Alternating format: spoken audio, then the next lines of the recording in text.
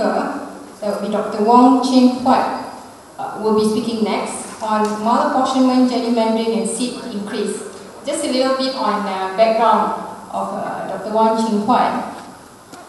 Dr. Wong Chin Huat is currently a fellow at the Penang Institute, working on electoral system and decentralization in Malaysia. And he was involved in various research and publications. Among the most recent ones would be 2012, titled Democracy at Stake, examining 16 by-elections in Malaysia from the year 2008 until the year 2011. He was also involved in various conferences and training. Among the most recent ones would be 2013. That is the International Human Rights Education Conference in Taipei, Taiwan, in November. Also involved in numerous community services as well as writing in the media. So without further ado, let us have Dr. Wong Chin Huat. Good afternoon. First of all, I'd like to thank the Bar Council and Tindak Malaysia for having me here. And I think this is incredible. 10 years ago, the EC did not encounter something like this when they want to redraw the boundary. I think I would really think that the Tindak Malaysia team deserves a big round of applause. They did a fantastic job in coming up What I'm going to go on here is approaching the same topic but with slightly different concern, including some of the theoretical and normative consideration. I have about 42 slides here, so I'll try my best to be as interesting as possible because I know you're just finished having your lunch. Now, cover 6 part, start on the one person, one vote principle. I talk about the constitutional safeguards. I would do a little bit of review of what the EC did 8 and 10 years ago. And what can we do now? That part we actually taken on by my colleague, Mr. Thomas Phan, from ENGAGE, of which I'm part of, on the approach. And then we talk about inter-state malapportionment and seat increase. Why shouldn't Sabah and Sarawak have more seats? Basically what I try to do, I'm actually going to highlight 3 things. The first is actually about why gerrymandering is equally as bad as malapportionment, if not worse. Secondly, why seat increase must be stopped. And thirdly, why overrepresentation is bad for Sabah and Sarawak. Unfortunately, I won't be here to join the discussion tomorrow, so I'm doing the last part in anticipations of what's going to be said tomorrow by my esteemed colleagues. And my colleagues from BERSIH have prepared 100 copies of BERSIH decisions on this that you might want to have a copy with. So we'll start off with this about one person, one vote. We all know this has been shown just now. But that's actually only one way of looking at violations of one vote, or one person, one vote, one value principle, because we're looking at how geographically they are assigned. There's another way of looking at it. It's directly we look into vote seat disproportionality. We look at what's the percentage of seats that you get with a certain numbers of votes, then divided the number of seats by percentage of vote, you will then get the value of your vote. So we look at here, the yellow bar would show you the percentage of seats BN and the 3 PR party got in the last election. The blue bar would show you the number of seats, the percentage of seats. And the red bar is actually, we got it by dividing the blue over the yellow. So as you can see, for BN is 126%, for PKI is 66%, for DAP is 109%, and for PASS is 64%. What does it mean? It means that if you think of it, if this is not your vote, but your bank note, then BN walked into a shop and she can get $1.26 worth of goods. And for DAP is RM1.09, for PKI is 66 cents, for PASS is 64 cents. In other words, one vote for BN was almost equivalent to 2 votes for PASS. Now, if you combine all the parliamentary parties together, one vote for BN would be about 1.6 vote for PR. Is that fair? Is that fair? No. Okay. But this is actually the best ever, the fairest ever result we have in our elections. Using the same way, this is what I'll show you, what happened in the past. Using the same method, and I'll just give you one single value. That's how many votes for those opposition parties that one vote for Alliance or Barisan Nasional was equivalent to.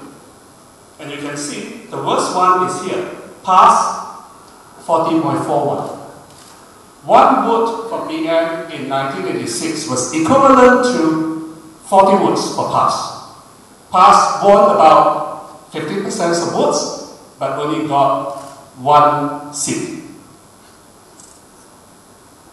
This is the facts. You have two types of party constantly get punished in the system. First, leftist party, because class voters would not stay in the same constituency, partly because of the system, partly because of political culture, so they didn't have a chance to survive. The second types are actually the more national of the Malay-based opposition parties. It's a regional one that survived the past. Parti Negara did not survive.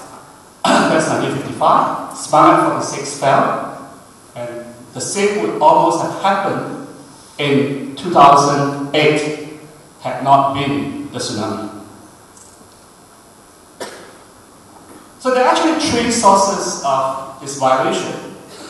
One is actually natural uneven distributions of voters that happen in any system. A different system would translate, allow or enable or disable the extent of violation. The second is malapportionment, what everyone knows about. The third one is gerrymandering. Now we have had that earlier. This is just a different way of putting it. If you draw a constituency on an east-west divide, the blue party and red party both will get one seat.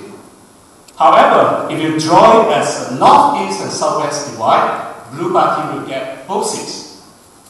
What does it tell you here is that politics can be reduced to geography, meaning that you don't have to look back at economics, sociology, a history or whatsoever to find out how parties would work, how a party should adjust its policies and programs. All you need to do is redraw the boundary, and you can win. Now with that, you don't need there's no room for democracy, because there's not a mechanism that allows the parties to compete to woo your heart.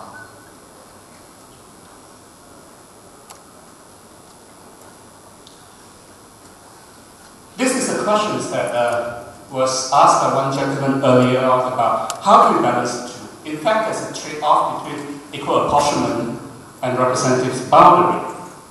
Now, when we talk about malapportionment and gerrymandering, we imply and say that when we say that these are actually flawed practices, we imply that there's actually something that's good. So the opposite to malapportionment is equal apportionment. It's very easy to understand, because all you need to do is calculate an average, and then deviation from average show you the extent of the violation. Gerrymandering is tougher, because when you say this is artificial, then what is natural? So what I put forward here is that I think the right way to districting is actually to create representative boundaries. Now that can come from administrative, natural, socio-economic boundaries, whatever you want to put it. But eventually what we're talking about is an idea what we call community of interest. That people will gather together because they actually share the common interests. And it's on this basis they should elect the lawmakers to the parliament. Another word, your legislature should be a microcosm of the nation, whether it's at the federal or state level. They should represent what it is. And I think Dr. Henry did a very good job earlier this morning on how this is. So I'm not going to repeat again. Now the question now is that we really have trade-off anyway. So either you have equal apportionment, and then you end up with gerrymandering, as Dr. Henry mentioned, that in America, sometimes a boundary may divide a village. Or you have representative boundary but with certain degrees of malapportionment. We cannot have the best of both worlds. We have to choose. And as Dr. Henry mentioned earlier, that the international standard is actually based on the assumption that, or the normative preference that equalization should prevail. So equalities come in very importantly, and I show you and say that's the first way we understand about the difference between one good and one person, one good, one value, the principle. But the other way to look at it is that if you have extensive gerrymandering, you could actually get very disproportionate result despite perfectly equal apportionment. And we must not think that the system cannot evolve. So we eventually will need to deal with it. And the position that BERSIH-ENGAGE takes on this is that we need to cover both. And a pragmatic reason to answer to the concern raised by Ben earlier is our position is based on the Constitution. The Constitution was not fully on equalization. But there's enough ground to stop excessive malapportionment and gerrymandering. Now, there's a systemic solution as well. I think this is important to show this out. I wish that someday, maybe months ahead, that BERSIH and Tindak and others may organize another forum to talk about a way out. We don't actually need to do that. We can actually have the best of both worlds. If you change the electoral system, for example, the mixed member proportional system, MMP used in Germany and in New Zealand, half the parliamentarians will come from geographical constituency first past the post like ours, the other half go by proportional representation. You vote for the party. And the party's total seats will be decided by the percentage of party votes they get. So you have the party seats, the party votes decide the party seats, then you deduct the constituency seats that we have got, the rest you allocate them by party list. Then the implication of that is that you wouldn't be bothered to come to this forum because the election commission wouldn't be bothered to cheat. Why? It's pointless of cheating. You can win completely hand down on first past the post constituency, and then all your gain will be balanced off in the party list allocation. So what's the point? So the way of thinking is that you want to beat crime. It's not to think that criminals can be better, but it will make crimes unprofitable. So the second part is what are the constitutional safeguards?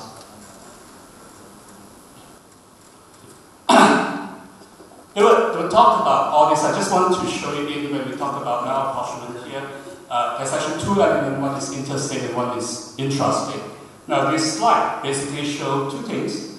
The bar that you can see, these are the average size of constituency in those states based on the electoral rate size in 2013. And the little chips that you see are the size of the individual constituency at that time. So the distance between this and this that show you the interstate malapportionment. But for every bar, the spread between here to here, that show you intra-state malapportionment. I'll come back to this very quickly. Now, the constitutional provision for interstate malapportionment was pathetic because that's actually the rule. From 1963 onward, when Malaysia was formed, Sabah and Sarawak were deliberately overrepresented, but Singapore was underrepresented. So after 1973, every state would have their allocation for seats spelled out in Article 46. And it's a parliament to decide that. They don't have to look for any academic or any professional advice on that. They decide where the seats should go. But after 2008, you have poetic justice because the ruling parties no longer enjoy a two-term. So this is the part that now we need to deal with the opposition. Okay, this is what the constitutional provisions say about intra-state malapportionment, that the numbers of electors between each constituency in the state ought to be approximately equal except then you give rural weightage to constituency which face difficulties, which we can interpret as transportation and communication difficulties. But what is clear-cut is that malapportionment has to be pro-rural, cannot be anti-rural. And despite that, after 1973, you no longer have a numerical gap, a constraint. That doesn't mean that this is a blank check for you to fill out any figure. The constitutional provision mentioned about the maintenance of local time. I think this was mentioned earlier. So, now, what did the EC do in 2003 and 2005? Many of you have followed our presentations before this, so I'll probably go very quickly. If you have any questions, you may want to take down the numbers of the slide, and we can go into that a bit detail later in the Q&A part. Okay, first of all, the EC does not believe in whatever scheme we talk about. They came out with a scheme, despite the constitution provision was as such that it approximately equal, with exception, they came out with 5 schemes or 3 schemes. The 5 schemes would be metropolitan, urban, semi-urban, semi-rural, rural. The 3 schemes would be urban, semi-urban, rural. They didn't follow all those things. So I'll show you an example. This is 2003 after the Redelineation. Baling had 72,000 and Alostar had 56,000. By the EC own scheme, Baling would be a metropolitan city. And Alostar is either an urban area or semi-urban. And Alostar is the state capital. Baling is at the border area where in 1955 the communist guerrilla leader came down for a peace talk. That tells you the terrorists. But this is more exciting. This is Puchong in Selangor, just next to here. Between the same state, now we're moving to between the same parliamentary constituency. It has 2 state constituencies, Kinrara and Sri Sedang. And Sri Sedang is almost twice Kinrara. Now, some of you would think that Sri Sedang must be a Chinese majority constituency because the system penalizes the Chinese. And it's exactly the opposite. Both are mixed.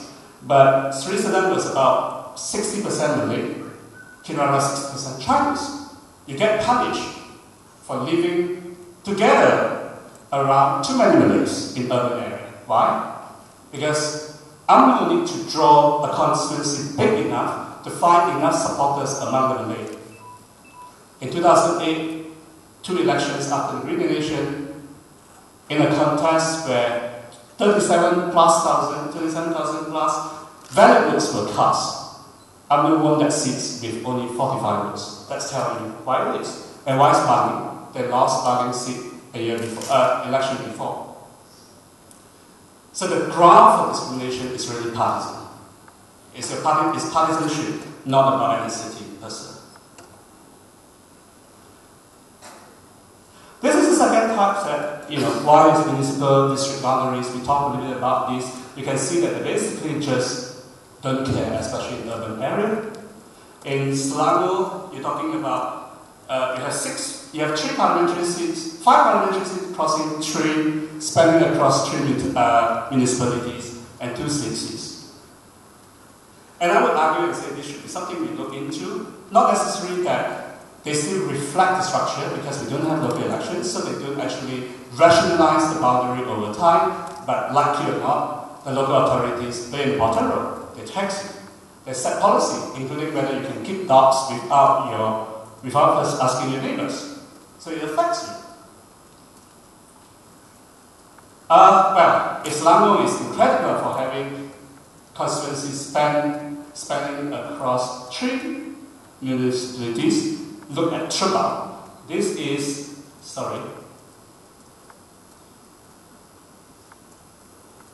Pasir Gudang. This is Johor Bahru Tengah. This is Johor Bahru. This is Kulai. 4 constituencies. I'm still looking whether I can find one that cut across 5. And even between the same constituency, you need to look at and say whether the community actually share common characteristics for you to actually take it on. This is MPK clan. Municipal Klang, which is about half an hour from here. And you can see clearly these two, this constituency is called Selat Klang, a Klang street. They're not even connected. The EC would not even bother to cheat in a more professional way. They're not connected. You have an enclave in the urban area which contribute to about 80% of the electorate.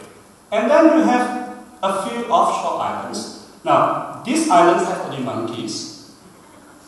The only populated islands is Pulau Ketam, where you have Chinese fishermen and where you go for your seafood. They do not share common interests.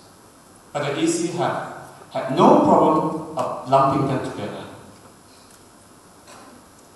Okay, this is interesting. This is also nearby. This is actually near Taylor University, Sunway, Lakeside campus. So this is the route TJS 7/21, if I'm not mistaken. So on this side is Sri, this side is Subang Jaya. In the current context, this means that if you stay on this side, you get to be served by the legislative speaker of Selangor. On this side is her deputy. And this is a more interesting story. Richard, this would meet your story about that. You find that they cut across the houses and so on. Okay. This is a house in Sagama, 278 Kampong Abdul Lines in Johor. They were always in this constituency called Sagama in 2003. Before 2003, it's then P125. After the Constituency Redelineation, Mr. Ong found himself staying back at P140 Sagama and then the state constituency. But his wife and the rest of his family all got moved to Skijang. So, to give the EC the benefit of doubt, they draw the constituency boundary so accurately, they cut through the house, so they separate the rooms, because the brother and sister didn't stay in the same room. But then it doesn't explain why Mr. Ong and Mrs. Ong got separated. So the boundary must have cut just right across the bed. And the EC must know which side that the husband stayed and which side the wife stayed, right? So you end up having this. But actually, unfortunately, the story is not so exciting. It's actually a bit mundane. Well, you find it on the map that this actually stayed with Sagama. The Constituency Redelineation did not affect it. What you see here, Mr. Ong brother, Mr. Ong Wansing actually gathered a group of friends. They did voter verification to find out where these people stay. And they find that in this constituency where it's supposed to be Sagama, only the red dots stay back. The blue dots are those who get teleported to the neighboring constituency. The EC used the redelineation process, which automatically means that you have to reorganize the electoral to do this. I'm not sure that you find this in other countries, comparative literatures on gerrymandering, but this is a backdoor way of doing gerrymandering in Malaysia. Now, so we go to what can you do. I'm going to be very quick on this because my colleague Thomas will talk more about this. This is a system. The EC would actually have to inform the Prime Minister and the Speaker of his intention to do so, then we'll publish on the Gazette and the newspaper about their recommendation and the impact and where they will show, displays the map and their recommendation. You have then 30 days to work. For the state government, for local authorities, or any groups of 100 and more voters to act on this. Now, if you do not submit any rejection, the EC recommendation would stay. If you submit an objection, but the objection was turned down because it doesn't fulfill certain conditions, then it goes this way. But if it does, then you have an inquiry. And then in the inquiry, if your objection is not accepted, it remains this way. If it is accepted, then the EC would have to redraw the constituency boundary, and then you have to run through this only for one more time. And after that, you'll be here. Now, this is so far, the first two rows is where you actually have a chance to get involved. Once you get into here, it will go straight to the Prime Minister. The Prime Minister will then formulate an order alongside with this report, with or without modifications on the proposals of the Election Commission, and then the lower house will vote on it on a simple majority. And once that's true, it goes to the King, becomes enforced. If it doesn't go through, then the Prime Minister can change it. But in reality, it definitely will go through, because all you need is just a simple majority. Now this is a number of what happened in the last elections, the last redelineation exercise that you can see. There was about 400 objections raised. Half of them got thrown out here. And then there's a few that sustained, 5 by the state or local government, then you have about 170 or 80 by voters. Then going to the second round, you have 47 this time, about 2/3 got thrown out. More than 2/3 got thrown out, I have only 11 that got it through. So the easy way, because in the past we did not have so many groups, including Bar Council, coming forward.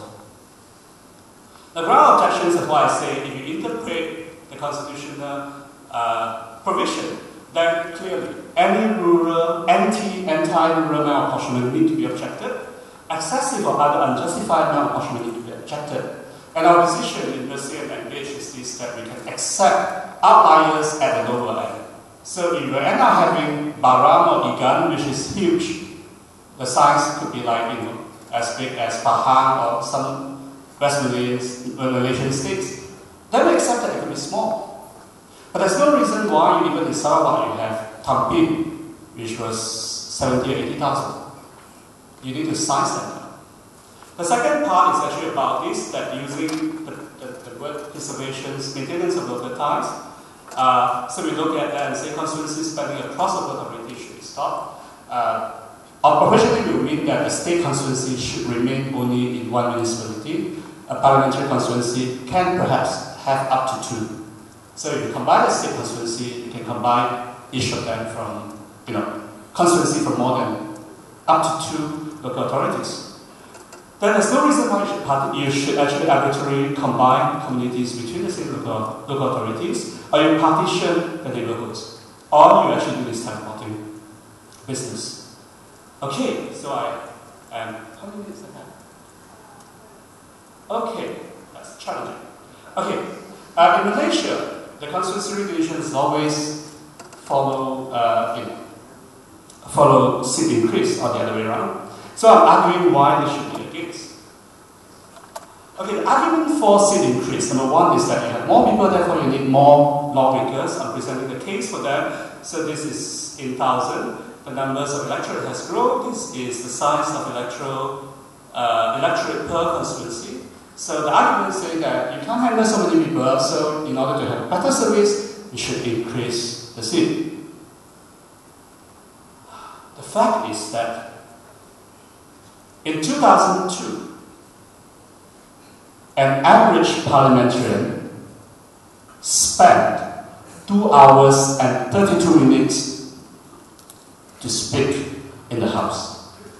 If you're going to have more parliamentarians, each of them will speak less.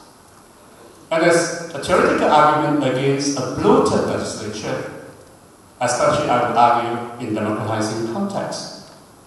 The larger the legislature, it's much easier for the executive to assert control by divine rule. So that's the first argument. So the question is, do we want to pay more MP so they can speak less? Now, this is America. In 1911 to 2013, from between them, their populations has tripled, but the size of House of Representatives remain at 435. So what happens is that if you don't produce baby, you get seats taken away from your seats, going to seats that produce baby. In Malaysia, this is what happened. So what happened? Let's look into the future. Let's compare with India. India have a cap at the moment 552. That's the maximum you can have. Well, over time they have adjusted, but they started from 522, somewhere around there.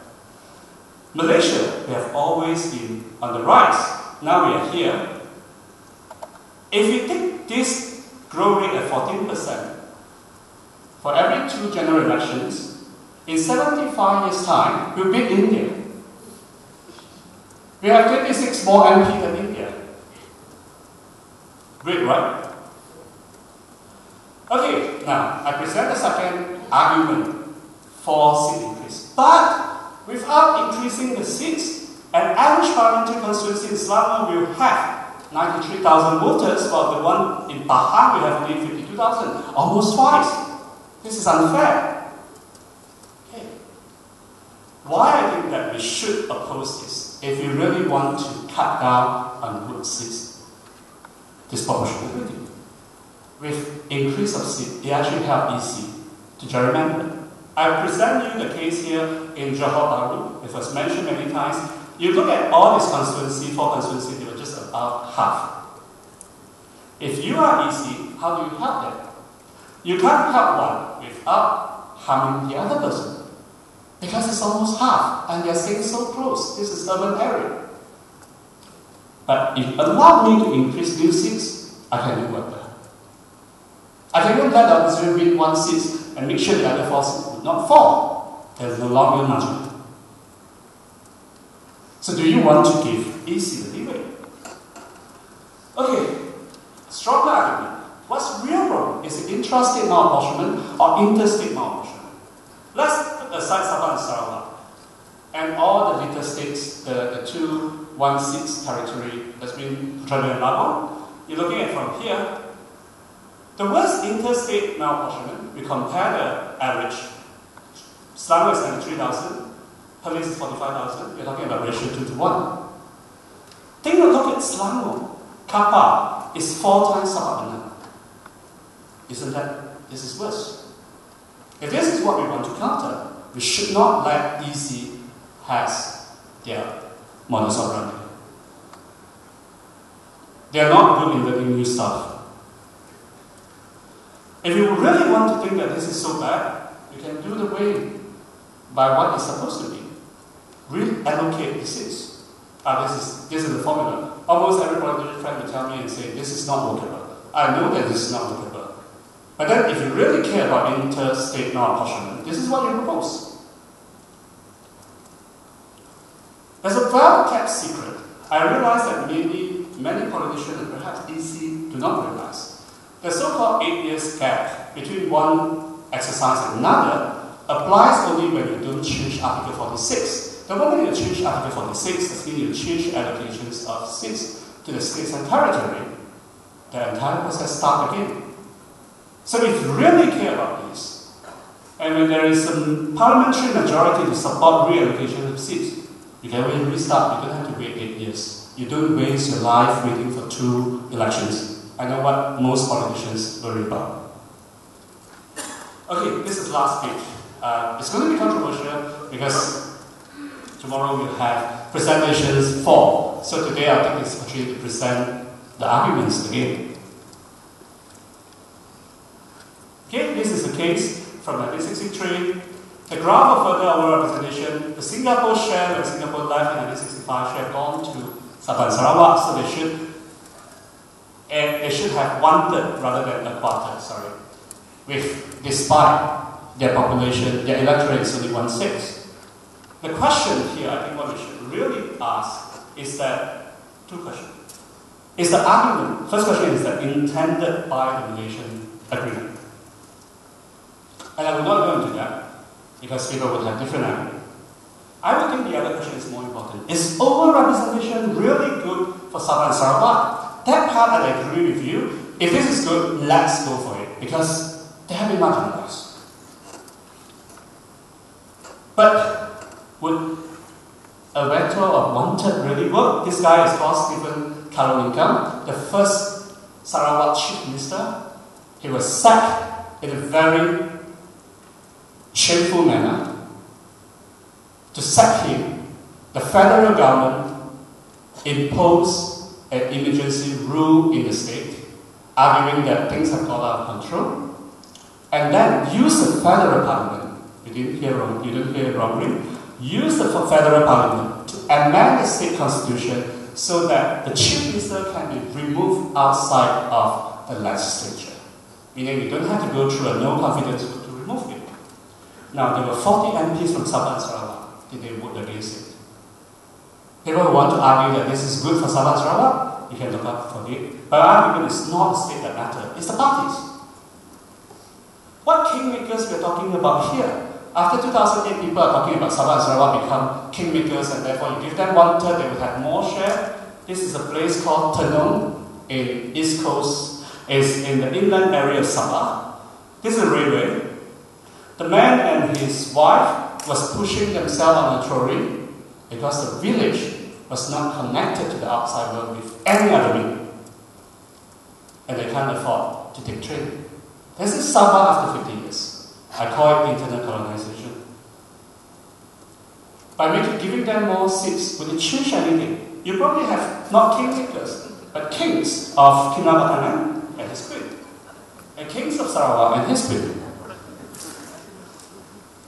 Voters are kings only if and when they are real competition. Sabah and Sarawak benefit from more rigorous contestation for the federal power in Putrajaya. The greater the uncertainty, the better the deals both sides have to make. So Sabah and Sarawak interests lie with a vacant Putrajaya, lie with the weakening of the centralized structure. Greater overrepresentation in Sabah and Sarawak unlikely will be the opposite. It means more likely more safe deficits for BM, less likely for regime change, and therefore less likely for better deal. While we all oppose elites to divide and rule us, the voters should always divide and rule the elites. Otherwise, we don't have competition. So what we really need in Sabah and Sarawak is decentralization, not seat increase. Seat increase is the wrong prescription. It's a bad substitute for decentralization, which I would argue should include substantial power in education, transportation, health, policing, and language, greater fiscal autonomy.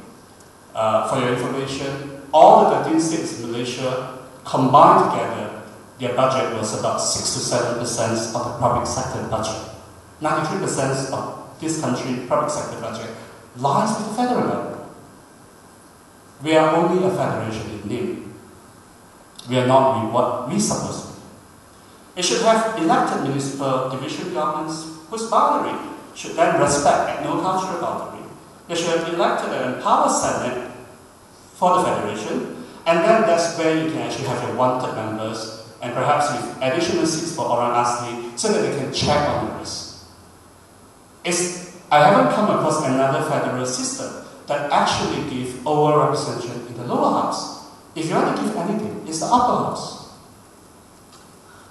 So, I would argue and say, in the long run, we should do away the over-representations of Sabah and Sarawak in the lower house, because that's good for everyone. In compensation we should give them, they should have, not we. Malaysia should ensure that Sabah and Sarawak have decentralization. But all those things are not happening now. So, of course, it's only status quo. And for people who want to say we should stick to the Malaysia agreement, I actually have this question. Why stick to the Malaysia agreement if there can be a better deal? Thank you.